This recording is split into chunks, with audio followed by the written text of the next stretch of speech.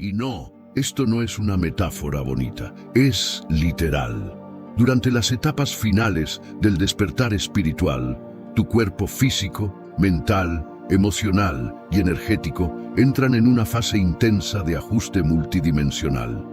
Tu alma ha estado atrapada mucho tiempo, en una frecuencia más baja, pero ahora está recibiendo descargas de luz, códigos sagrados, vibraciones superiores que están reconfigurando tu sistema completo.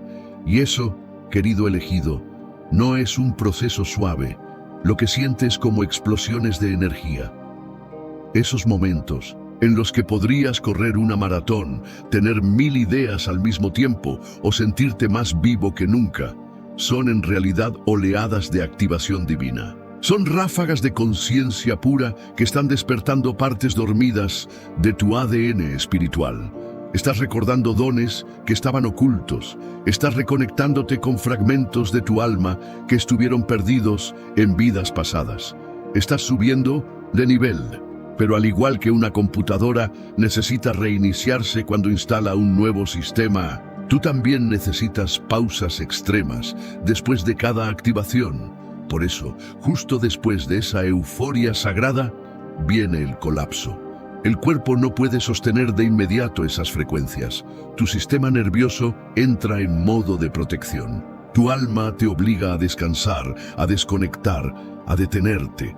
Y aquí está el gran secreto que nadie te cuenta. Ese cansancio extremo no es debilidad, es integración. Estás integrando visiones, códigos, información que ni siquiera eres consciente de haber recibido conscientemente. Mientras duermes, mientras descansas, mientras crees que no estás haciendo nada, tu alma está trabajando a un nivel profundo, sellando nuevas estructuras de luz dentro de ti. ¿Has notado que a veces despiertas más cansado que cuando te acostaste? ¿O que ciertos sueños te dejan emocionalmente exhausto?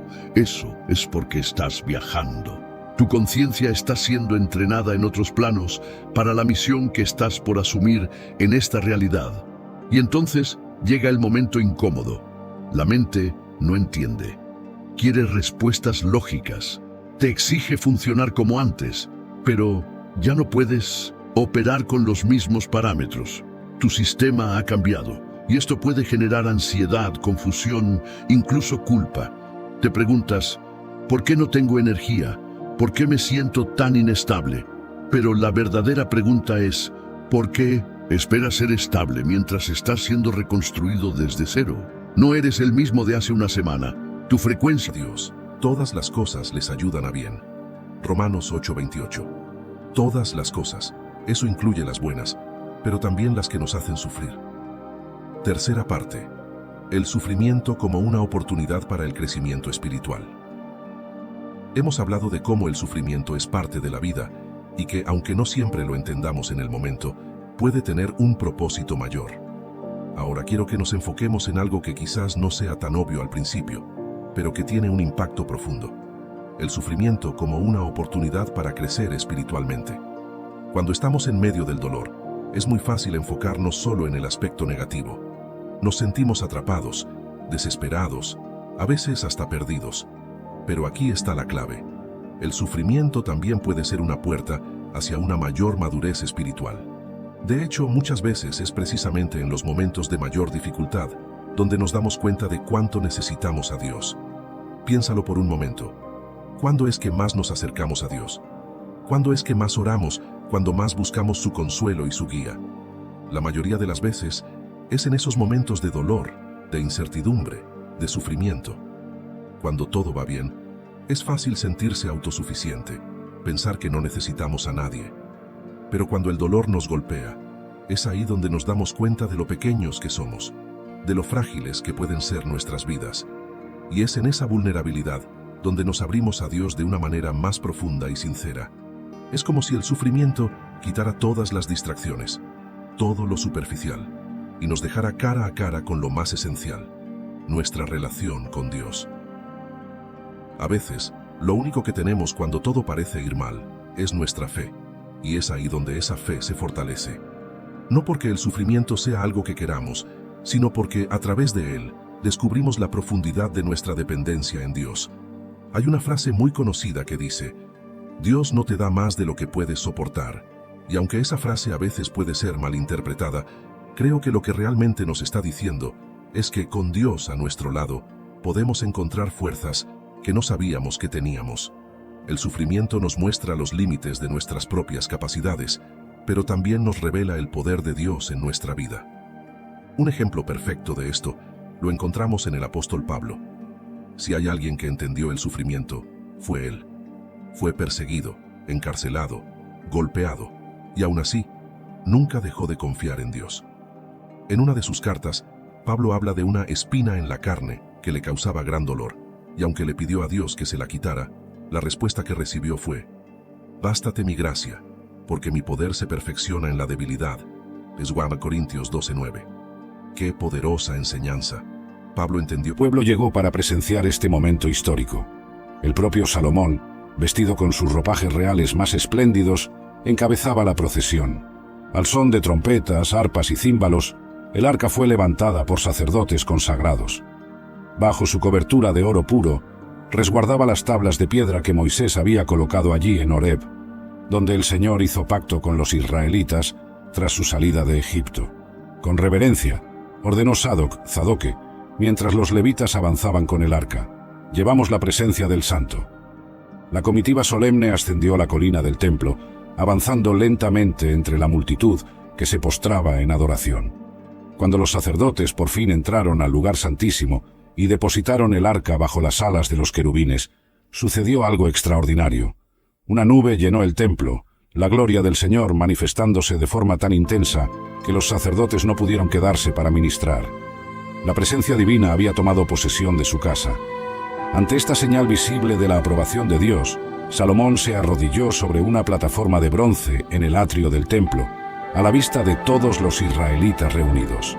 Con las manos extendidas hacia el cielo, oró: «Señor, Dios de Israel, no hay Dios como tú, ni arriba en los cielos ni abajo en la tierra. Tú que cumples la alianza y la misericordia con tus siervos, que caminan de todo corazón delante de ti. Pero, ¿de verdad habitará Dios en la tierra? Los cielos, incluso los cielos más altos, no pueden contenerte. Cuanto menos este templo que he construido». La oración de Salomón continuó, pidiendo a Dios que escuchara las súplicas de su pueblo cuando oraran hacia este templo, en tiempos de guerra, sequía, hambre o exilio.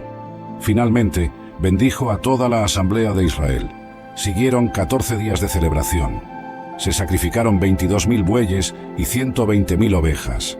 El aroma de las ofrendas se elevaba a los cielos mientras el pueblo celebraba con una alegría indescriptible la bondad de Dios. En el último día de la fiesta, Salomón despidió al pueblo. Regresaron a sus tiendas gozosos y felices por todas las bendiciones que el Señor había otorgado a David y a todo Israel. Los aposentos de las mujeres ocupaban una amplia zona al sur del complejo palaciego. Jardines perfumados, fuentes que susurraban y patios ornamentados creaban un ambiente de lujo exclusivo para las esposas y concubinas del rey Salomón. Sirvientes y eunucos se movían en silencio, atendiendo los deseos de las cientos de mujeres que habitaban aquel mundo cerrado. 700 esposas de linaje real y 300 concubinas, murmuraba Abiatar, el antiguo sacerdote a quien Salomón había destituido. Ningún hombre puede dividir su corazón entre tantas mujeres y aún conservarlo íntegro para Dios. La estructura del harén, el león era más como un cabrito para mí. Dejé ese lugar y no le conté a mi padre ni a mi madre sobre este evento. Teníamos que completar nuestra misión. Cuando llegué a Timna, hablé con la mujer y quedé muy satisfecho con ella. Todo parecía ir bien. Ahora podía volver a casa y regresar aquí para mi propia boda. Cuando llegó la hora del matrimonio, tuve que salir de casa una vez más. Durante mi viaje, pasé por el mismo lugar donde había matado al león hace un tiempo, para mirar el cadáver del león. Y descubrí que un enjambre de abejas había hecho un poco de miel en el cadáver. Recogí un poco de miel con las manos y comí en el camino. Una recompensa para un vencedor. También le di un poco a mi padre y a mi madre, y ellos comieron. Pero aún no les conté que había sacado la miel del cadáver de un león. No les conté porque eso violaba mi voto de nazareo, que afirmaba que un nazareo nunca debería tocar un cuerpo muerto. Mientras mi padre estaba haciendo los arreglos finales para la boda, organicé una fiesta en Timna, como era la costumbre para los jóvenes de la élite. Serían 7 días de pura celebración. Literalmente, era una fiesta de bebidas, una festividad de 7 días en la casa de los padres de la novia, culminando en la consumación del matrimonio. La seriedad del asunto para mí se acentúa por el hecho de que mi estatus de nazareo prohibía específicamente que yo consumiera productos derivados de uvas. Las personas eran oficialmente casadas cuando sus familias llegaban a un acuerdo. El dote y el precio de la novia se intercambiaban y el matrimonio se celebraba oficialmente. Luego, el matrimonio se consumaba y los dos se convertían en marido y mujer. Cuando los padres de la novia me vieron, seleccionaron 30 jóvenes de la ciudad como mis compañeros. Yo era el hombre del momento con mi propia audiencia. Les dije, déjenme contarles un enigma. Si resuelven mi enigma durante estos 7 días de celebración, les daré 30 túnicas de lino fino y 30 conjuntos de ropas festivas. Pero si no pueden resolverlo, entonces ustedes deben darme 30 túnicas de lino fino y 30 conjuntos de ropas festivas. Ellos aceptaron. Está bien, vamos a escuchar su enigma. Entonces les dije, del comedor salió comida, del fuerte salió dulzura. 3 días después, todavía estaban tratando de descubrir la respuesta. Al 4.º día le dijeron a mi esposa, seduce a tu esposo para que explique el enigma para nosotros, o quemaremos la casa de tu padre contigo adentro. ¿Nos invitaste a esta fiesta solo para empobrecernos? Entonces mi esposa vino a mí llorando y dijo, no me amas, me odias. Le diste un enigma a mi pueblo, pero no me contaste la respuesta. Yo le dije, ni siquiera le di la respuesta a mi padre o madre. ¿Por qué debería decírtelo a ti? Entonces ella lloró cada vez que estaba conmigo y continuó así por el resto de la celebración. Finalmente, en el 7.º día, le conté la respuesta porque ella me estaba Simplemente lo destruiría, y sin embargo muchos hombres se hablan de esa manera a sí mismos todos los días. Cambiar esto exige un acto consciente. Entrenarse para ser su propio aliado, no su peor enemigo, porque la mente necesita dirección. Y si no se la da con palabras que inspiren, la llenará con dudas que limitan. Además debe prestar atención al tono emocional con el que se dirige a sí mismo. El lenguaje interno no solo son palabras, también es la emoción que las acompaña. Un hombre puede repetir frases positivas, pero si lo hace con cinismo o sin convicción, no servirán de nada. El control mental se fortalece cuando conecta esas palabras con imágenes claras de lo que quiere lograr, cuando siente lo que dice, cuando lo vive en su mente como si ya fuera real. Esa congruencia entre palabra, emoción e imagen es lo que reprograma al cerebro y lo prepara para actuar en coherencia. El diálogo interno también se entrena con la repetición. Al principio puede sentirse artificial, como si estuviera fingiendo, pero con el tiempo, esas frases se convierten en la voz natural de su mente. Y cuando eso ocurre, cada vez que enfrente un desafío, en lugar de escuchar "no puedes", escuchará "sí puedes". Da el siguiente paso. Esa diferencia, en los momentos críticos, es lo que separa al hombre que se rinde del hombre que persiste hasta lograrlo. Recuerde que su mente siempre está escuchando. Cada palabra que repite, cada historia que se cuenta, cada emoción que alimenta, se acumula como ladrillos invisibles que construyen o destruyen su confianza. Si quiere controlar sus resultados, debe empezar controlando esa voz interna, porque al final no son los demás quienes determinan su destino. Es la conversación silenciosa que mantiene con usted mismo la que dicta la calidad de sus acciones, la fuerza de su carácter y la grandeza de los resultados que obtiene. Controlar su mente también exige aprender a dominar la relación entre enfoque y distracción. Vivimos en una era en la que cada segundo alguien o algo compite por su atención. Notificaciones, redes sociales, conversaciones sin importancia, problemas ajenos, estímulos que lo interrumpen en cada momento, y cada vez que cede, aunque sea por unos minutos, su mente pierde fuerza. El hábito de distraerse parece inofensivo, pero en realidad es el mayor ladrón de resultados. Un hombre que no controla su enfoque nunca logrará nada profundo, porque la concentración es el puente entre la idea y la ejecución. Sin ella las metas se quedan en sueños. Con ella, los sueños se convierten en logros. La mente desordenada funciona como un agua que gotea en todas direcciones. Nunca tiene fuerza suficiente para mover nada. Pero cuando entrena su enfoque, esa misma agua se convierte en un torrente que rompe barreras. Y aquí aparece la gran verdad. El enfoque no se logra por accidente, se construye con hábitos, establecer horarios fijos para lo importante, eliminar distracciones físicas y digitales, trabajar en espacios ordenados, crear bloques de tiempo dedicados exclusivamente a una sola tarea. Estos hábitos parecen simples, pero son los que permiten que su mente se convierta en un instrumento poderoso en lugar de un campo de batalla caótico. El secreto está en entender que cada vez que permite una distracción, está entrenando a su cerebro a ser más débil. Cada vez que interrumpe una tarea para revisar su teléfono, le enseña a su mente que no puede sostener la concentración. Cada vez que dice, solo 5 minutos más, las máscaras caerían, cuando todos los engaños serían expuestos, cuando la verdad finalmente prevalecería sobre todas las falsificaciones. En el horizonte distante, las luces de Jerusalén tremulaban como estrellas caídas, un eco visual de las palabras de Jesús sobre los cuerpos celestes que se conmoverían en los últimos días. La ciudad dormía, ignorante de las profecías siendo reveladas en aquella ladera. El grupo permanecía silencioso en el Monte de los Olivos, absorbiendo las profundas revelaciones de Jesús sobre los acontecimientos finales.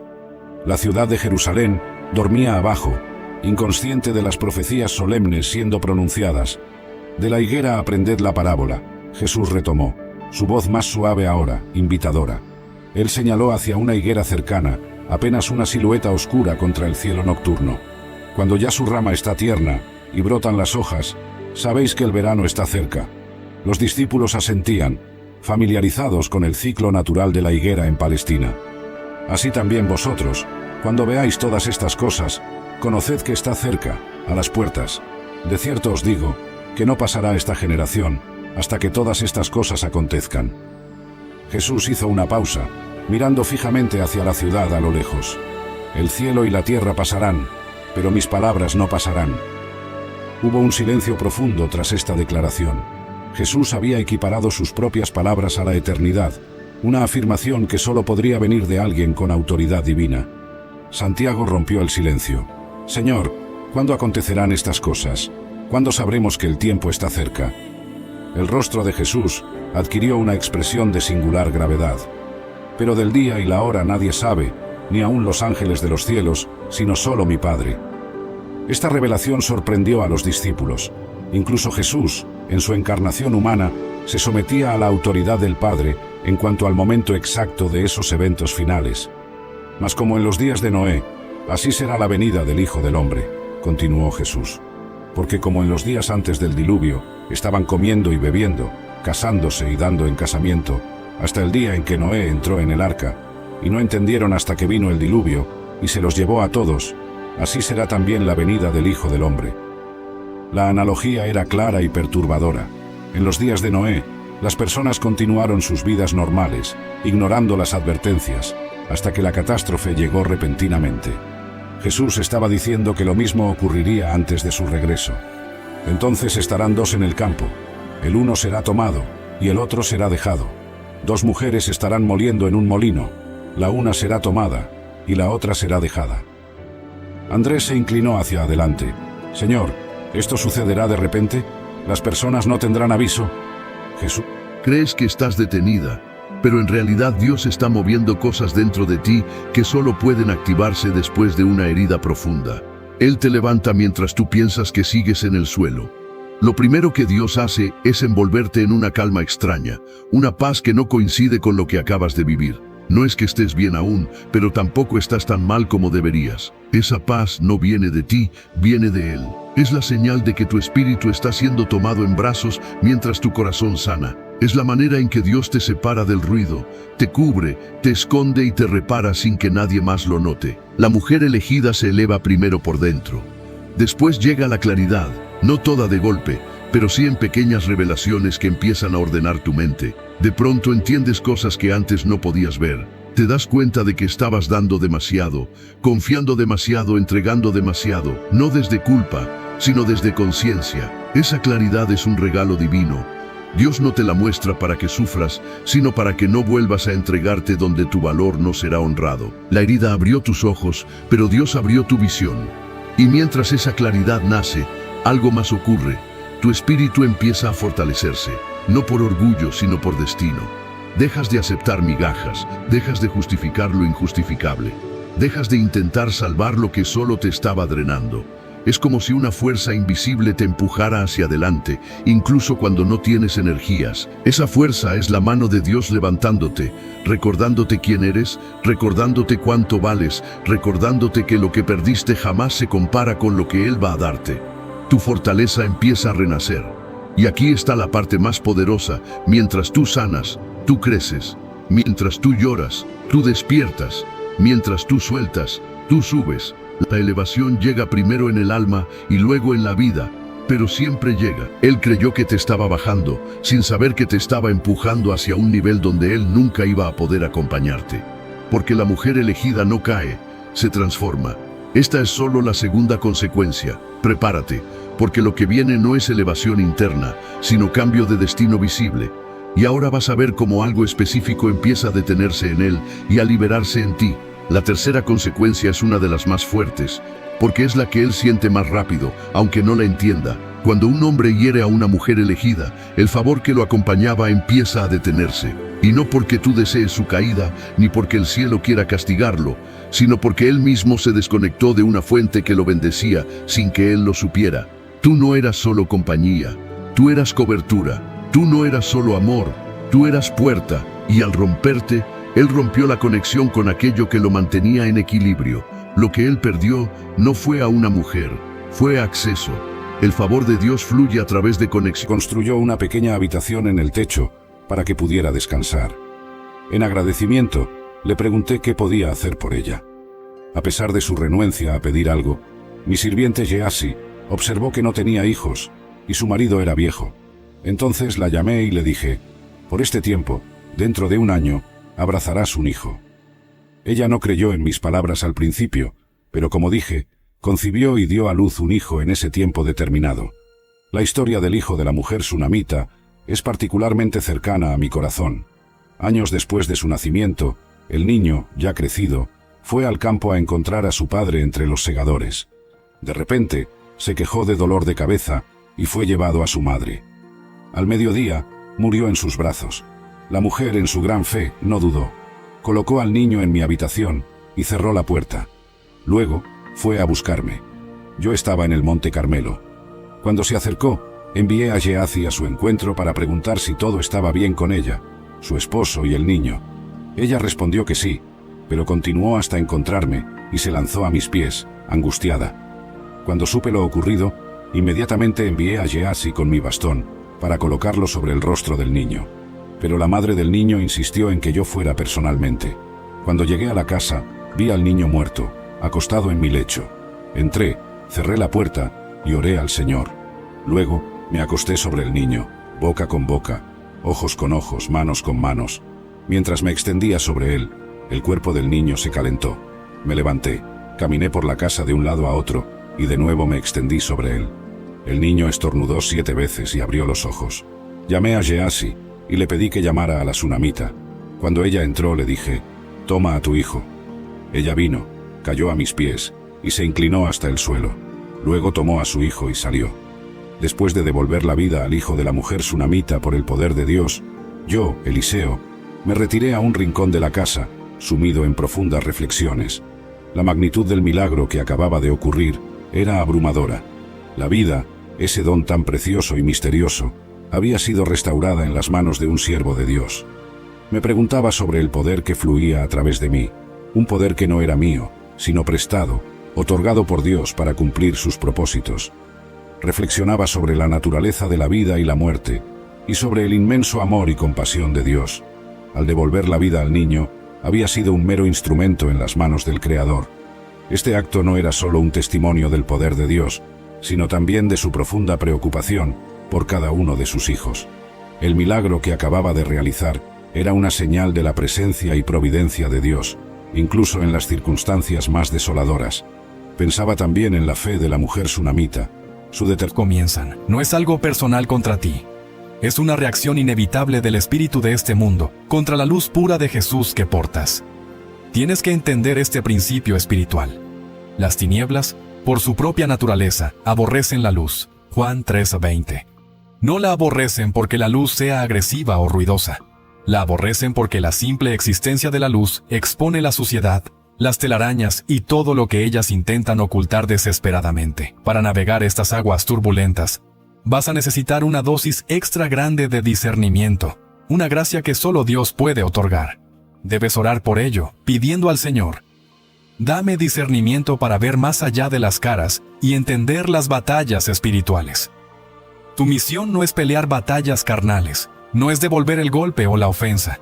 Tu misión es mantenerte firme en quién eres en Él. El Señor no te ha llamado a ser un guerrero de espada y escudo en el sentido humano, sino a ser un faro inamovible en medio de la tormenta, cuya luz, sin moverse, guía a los perdidos y desorienta fatalmente a las naves piratas que navegan en la oscuridad.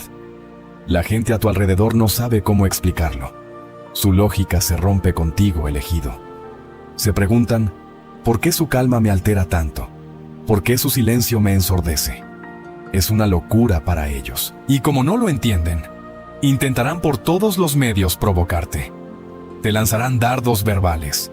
Te pincharán con palabras. Buscarán cualquier fisura en tu armadura emocional. ¿Sabes por qué? Porque esperan desesperadamente una reacción que valide su propio caos interior. Si logran que grites, que insultes, que pierdas el control, entonces pueden decir, ¿ves? Es igual que nosotros, pero tú, armado con el discernimiento que el Señor te ha dado, comprendes que la verdadera batalla no se libra en el campo de los insultos, ni en la arena de las provocaciones. El mismo Jesús, nuestro más grande y perfecto ejemplo, nos mostró el camino. ¿Recuerdas su juicio? Isaías 53:7 lo profetizó y los evangelios lo confirmaron. Angustiado él y afligido, no abrió su boca. Como cordero fue llevado al matadero, y como oveja delante de sus trasquiladores, enmudeció, y no abrió su boca. ¿Crees por un instante que el silencio de Jesús fue por debilidad? ¿Que el león de Judá no tenía una respuesta para Pilato o Herodes? De ninguna manera. Lo que Jesús demostró en ese momento fue la forma más sublime y pura de poder, el control absoluto que nace de la sumisión total a la voluntad de Dios Padre. Ese silencio fue un rugido en el mundo espiritual.